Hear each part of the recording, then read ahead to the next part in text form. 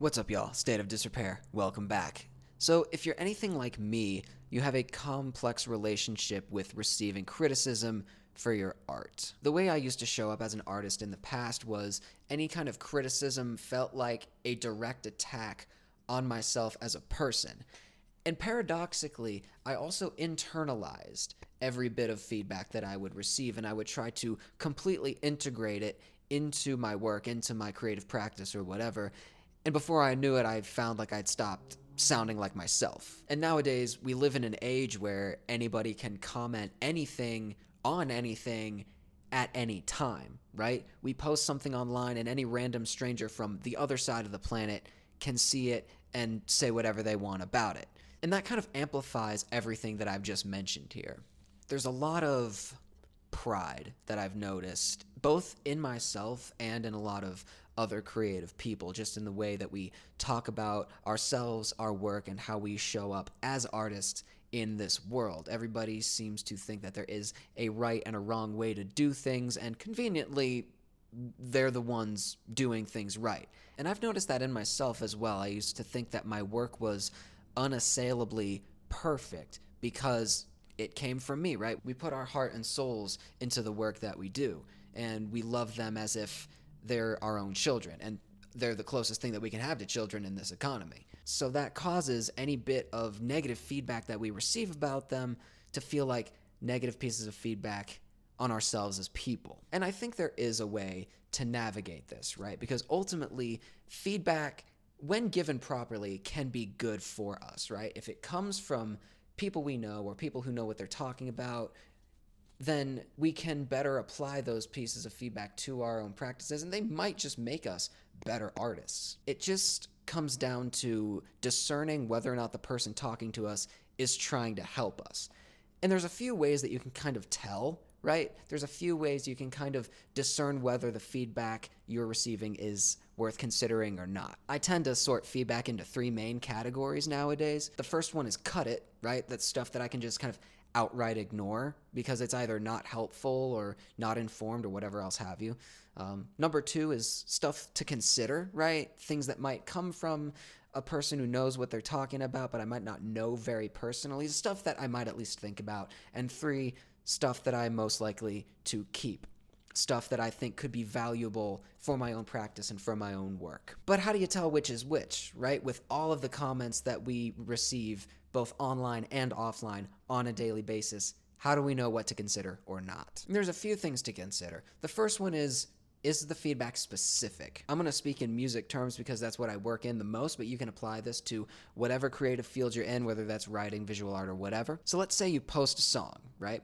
And you get a couple of different comments on it. The first one being something about a specific part of the song, whether it's the mix or the melody or whatever. And the second comment says, "This is terrible," right?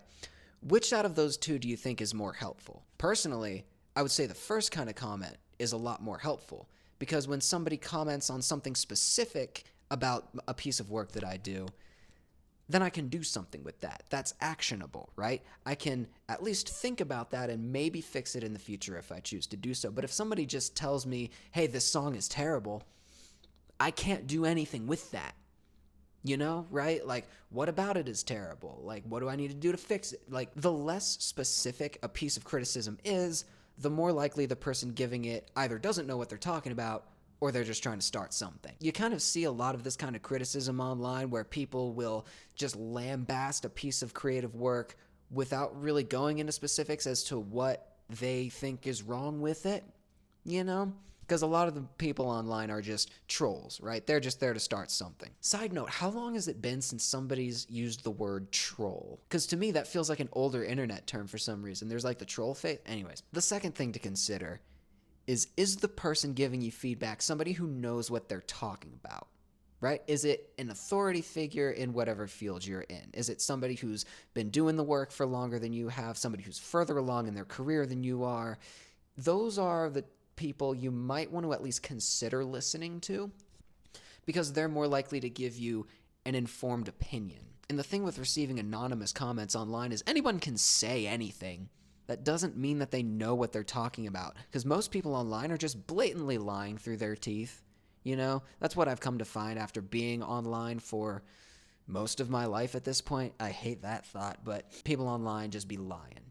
You know what I mean? The third thing to consider is, do you know the person? Do you know the person personally? If it's a random stranger who doesn't know you, doesn't know your work, then you don't really need to give their feedback as much weight. For example, for myself, I have family members and friends whose opinions I trust because they are not necessarily professional musicians, but they've made a lot of music. They've been around it a lot. They've listened to it a lot. They know how music works. They know what to listen for. And it's those people that I'm close to that I'm more likely to listen to when it comes to receiving feedback about my own work. I remember when I was about 15 or 16, I wrote a lot of poetry. I guess a lot of people went through that phase in high school, but I had an English teacher my sophomore year of high school who was a poet.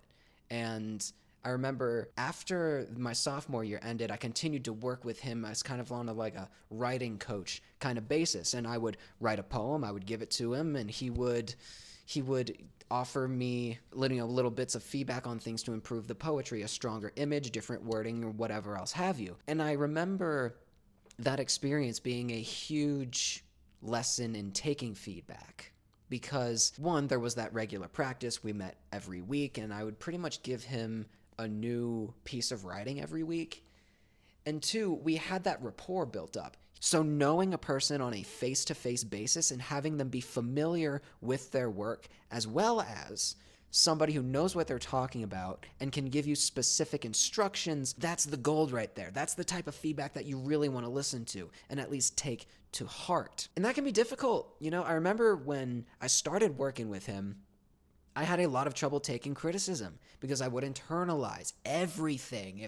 If my work is not good, then I am not good, right? But that is the kind of artist ego and the kind of artist pride that we have to really let go of when we put our work out there, when it's out there in the world for other people to comment on. And I could make a whole other video on the artist ego and the pride that we have, and I probably will in the future, but suffice it to say, for our purposes here, if you want to become a better artist, you have to learn to not cling so tightly to your identity as an artist and all that implies. You cannot cling so tightly to how you think your work is or how you think it comes across to people. You have to let it go. You have to let your work go at some point. Because once it's out in the world, it's no longer entirely yours, right? Once your piece of work is out there in the world, other people can comment on it. They can say anything. They can interpret it any which way that they want to. And you have no control over that.